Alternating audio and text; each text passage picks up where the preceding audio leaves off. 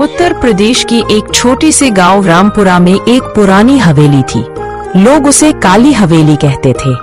कहते हैं कि वहां से रात के समय अजीब रोशनी निकलती थी और औरतों के रोने की आवाजें सुनाई देती थी।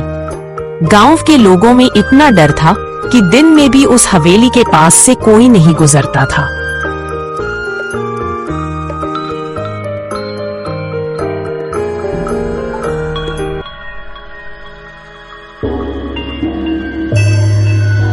उसी गांव के एक बुजुर्ग व्यक्ति कुछ लोगों को सतर्क करते हुए कहते हैं कि बेटा, उस हवेली में मत जाना। वहां एक प्रेतनी का वास है। जिसने भी उस हवेली के अंदर कदम रखा है आज तक जिंदा नहीं लौट सका। विक्रम, जो उसी गांव का निडर और साहसी लड़का था, जो कि इन सब प्रेतनी और भूत प्रेत की बातों पर विश्वास नहीं करता था, एक दिन वह अपने दोस्त से कहता है कि उमेश, क्या तुम्हें लगता है कि उस हवेली में किसी प्रेतनी का वास होगा और वह आते जाते लोगों को डराती होगी? हाँ विक्रम, सुबह तो रामू चाचा सबको कह रहे थे कि उस हवेली में कोई मत जाना। आज तक जो भी वहां गया है वह लौट के वापस नहीं आया है।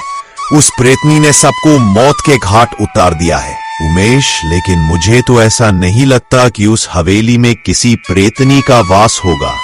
मैं जरूर किसी दिन इस हवेली का रहस्य पता करूंगा कि आखिर उस हवेली में है क्या। देख भाई विक्रम, उस हवेली में जाने का गलती भी मत करना, नहीं तो वापस नहीं लौट पाएगा मेरे भाई। इसीलिए वहां मत जाना मेरे दोस्त।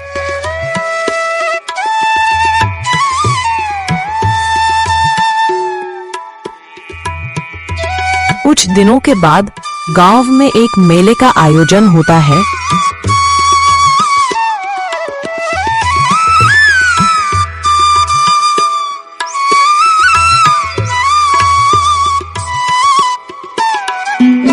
उस मेले में विक्रम सबके सामने यह चुनौती देते हुए कहता है कि मैं आज रात उस हवेली में जाकर उसका रहस्य अवश्य ही पता करूंगा। मैं भी तो देखूं आखिर उस हवेली में ऐसा क्या है जिससे लोग इतना डरते हैं। गांव वाले विक्रम की यह बात सुनकर हैरान रह गए। उसकी दोस्त रीना डर के मारे बोली, विक्रम, पागल हो गए हो क्या? वहां मत जाना। मुझे डर है कि तुम वापस नहीं लौटोगे और वह प्रेतनी तुम्हें भी औरों की तरह मौत के घाट उतार देगी। रीना के साथ साथ गांव के और अनेक लोगों ने विक्रम को कहा कि उस डरावनी हवेली की तरफ नहीं जाना, नहीं तो तुम्हारे साथ बहुत बुरा होगा। लेकिन विक्रम था जो कि अपनी बात पर अड़ा रहा।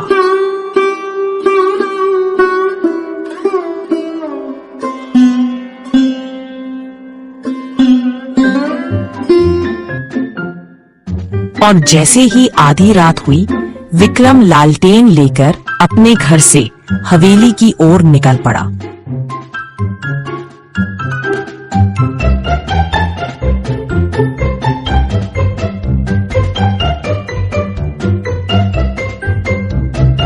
कुछ देर चलने के पश्चात विक्रम हवेली के मुख्य द्वार पर पहुंचा।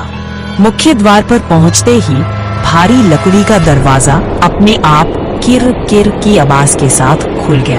अरे वाह, ये दरवाजा तो अपने आप खुल गया। लगता है सच में कुछ रहस्य है यहाँ। अंदर बहुत अंधेरा था। दीवारों पर मकड़ जाल और टूटी खिड़कियों से आती ठंडी हवा।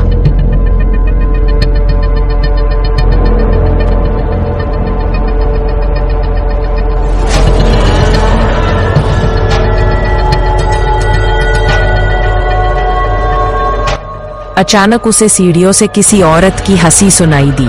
हाँ हाँ हाँ, स्वागत है, बहुत दिन बाद कोई आया है।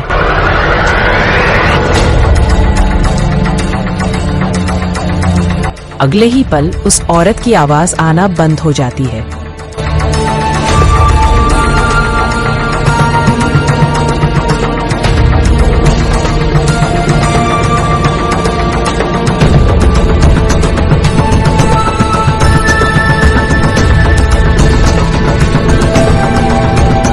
और विक्रम को सीढ़ियों पर एक पुरानी किताब पड़ी मिलती है जिस पर खून जैसे धब्बे थे। विक्रम ने किताब उठाई और पहला पेज पढ़ते हुए कहता है, जो भी इस हवेली में प्रवेश करेगा वो हमेशा के लिए इसका कैदी बन जाएगा।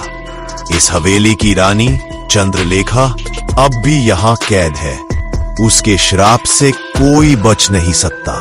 विक्रम ने जैसे ही दूसरा पन्ना पलटा तो अचानक किताब से तेज चीख निकली और पूरा कमरा हिलने लगा।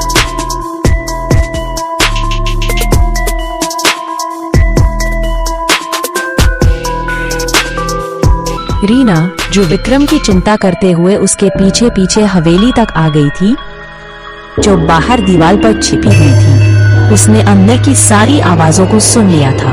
वह घबराकर विक्रम को आवाज देते हुए कहती है कि विक्रम, तुम ठीक हो या नहीं? जल्दी मुख्य द्वार पर आओ। अचानक हवेली का दरवाजा अपने आप बंद हो गया और रीना भी अंदर कैद हो गई। हे भगवान, अब मैं क्या करूं? यह दरवाजा तो बंद हो गया, अब मैं बाहर कैसे जाऊंगी? विक्रम, तुम कहाँ हो? जल्दी मेरे पास आओ, मुझे बहुत डर लग रहा है।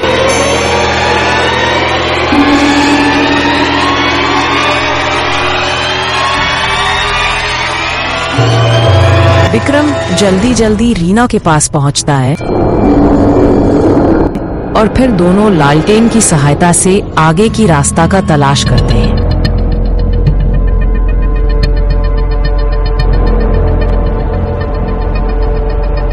सीढ़ी के पास पहुंचते ही अचानक सामने एक औरत का धुंधला सा साया दिखा। लाल आंखें, बिखरे बाल और खून से सनी सफेद साड़ी।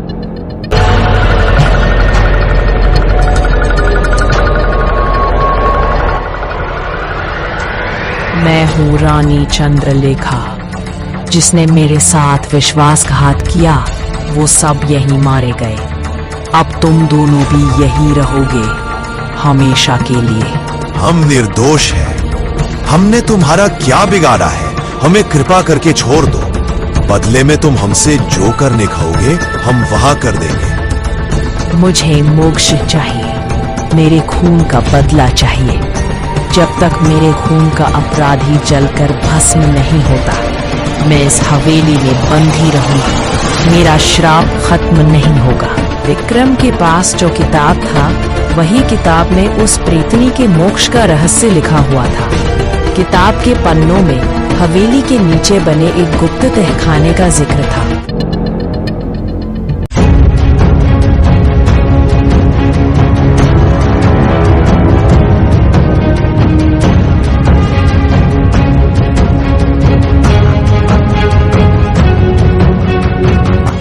दोनों वहां पहुंचे। तहखाने में सैकड़ों कंकाल पड़े थे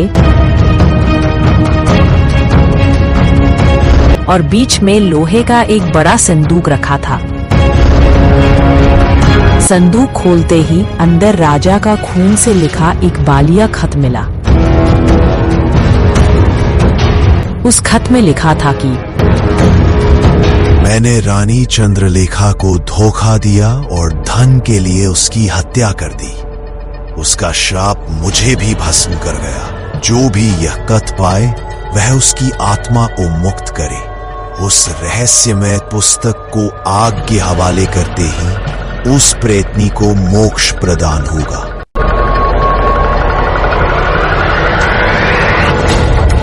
विक्रम और रीना उस खत को पढ़ने के बाद वह दोनों हवेली के बाहर आ जाते हैं और उस पुस्तक को आग के हवाले कर देते हैं।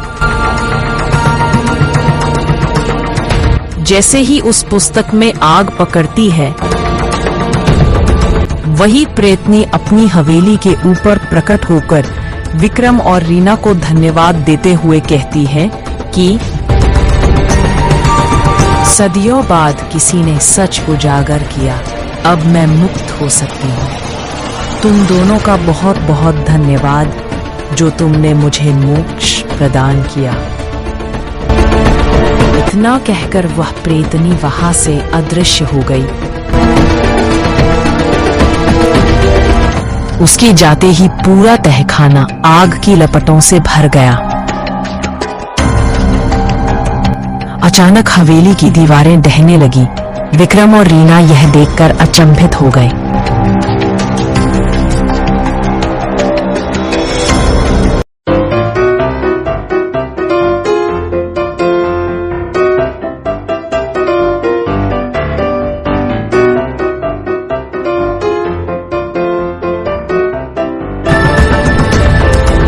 सुबह जब गांव वाले इकट्ठा हुए तो उन्होंने देखा कि काली हवेली राख बन चुकी थी। विक्रम ने सबको पूरी घटना सुनाई। हवेली में कोई भूत नहीं था, बल्कि सदियों से अन्याय की गई आत्मा रानी चंद्रलेखा का श्राप था। ईमानदारी और सच्चाई ने उसे मुक्ति दिलाई। गांव वाले पहली बार उस जगह बिना डर के खड़े हुए।